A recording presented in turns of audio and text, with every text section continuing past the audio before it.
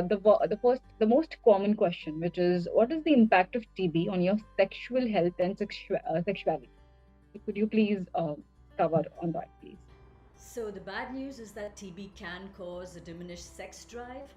Sex is best avoided for TB patients until they run non infectious.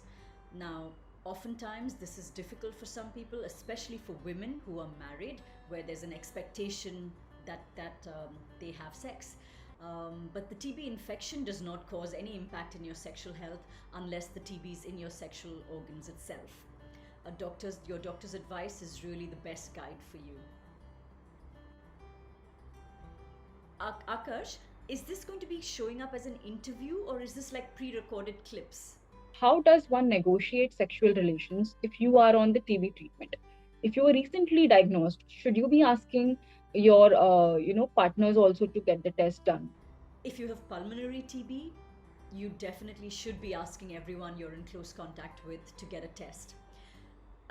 As far as sexual relations are concerned, your doctor, your family members maybe need to sit down and explain to your partner the need to abstain from sexual relations for some time if they are not able to comply, understand in a one on one conversation. But this isn't permanent. You can certainly resume these once your doctor okays it. When can you engage in sexual activity? This is a question often asked by the people. Are you putting your partner at risk? This is a tricky one because ideally it should be done after you turn non infectious, but the best person to advise you on this is a doctor. Speak to your doctor about it. Don't hesitate. Just imagine that if you have that question, 100 or 1,000 people before you have had the same question. What about fertility and TB? There are myths surrounding it. Can you please clarify it? So, fertility is only affected if the TB is in your reproductive organs, which is a kind of TB that people can have, and it has actually caused damage to them as well. Now, this is not always the case, rarely is in fact. Otherwise, TB has no impact on fertility itself. You can very much become a parent after TB as well. Some people find it difficult to engage in sexual relations even after being cured of TB. They carry the guilt and fear. So, what would you say to them? They should ideally have no guilt or fear. After you're non infectious or cured, that's simply it. You are cured. There is no more TB in your body. And learning to accept that and become comfortable with that idea is difficult. And it's particularly difficult because TB is not a disease that goes away very quickly. If you've lived with it for 6 months, a year, 18 months, 2 years, it can feel like it's almost permanent. But the fact is that TB is completely curable, as many of us are proof of, and you cannot give TB to others after your non infectious period. So it's not helpful to carry this guilt around with you, and certainly TB is not your fault. If you need to speak to a professional about this, if you need to get some emotional or psychological support, by all means do so, but you will not be passing TB on to somebody after your non infectious phase. So, how should one deal with resuming to have casual sex after being on TB treatment or being, after being cured? So, what is your say on that?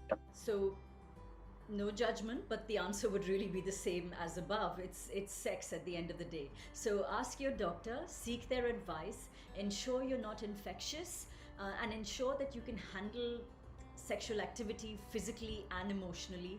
And the rule for any kind of sex is always be safe. How does those affected by both TB and HIV negotiate sex and sexuality? Any guidance in that, please? It's not easy, but it's not impossible either. Right? We know many people who have handled this very, very successfully and have had children as well as a result. The first thing is to protect yourself and your partner. You must be non infectious and undetectable, and you should always practice safe sex. You should ensure that nothing puts either of you at risk. And go slowly. Sometimes the mental hurdle can be much bigger than a physical hurdle. Get comfortable with your body, learn to relax, trust your partner, earn your partner's trust, know the person, and sex can be very enjoyable, very fulfilling, and you can have a very normal sexual life even after TB and HIV. So, when you lose self confidence, especially women, the LGBTQA uh, population, it impacts your self image, sex, and it becomes really very difficult. Then how do we allow ourselves to be to experience pleasure in that case? I think this question is so, so important. Sex and emotional pleasure is something we truly owe to ourselves. We have a right to it. It's as basic as the need for food. And it doesn't matter what your gender or sexuality is, it doesn't matter if you survive TB or any other disease. Your desire for sex is important. And I want to especially say this to women and LGBTQI plus populations. Don't lose your self confidence in yourself. Just believe and trust that you deserve good sex, pleasure, intimacy, and it's what your partner should be able to give you. You shouldn't have to beg for it. And if you feel unprepared and underconfident, I'll say take it slow, learn to really reclaim pleasure, learn what sensuality means for you. Learn to feel happy and positive in your own body and in your mind. Take it slowly, but always know that this is something that you have every right to be. And don't let any societal definitions of who you are or how you ought to be keep you from getting the pleasure that you deserve. Be sex positive and you will get there.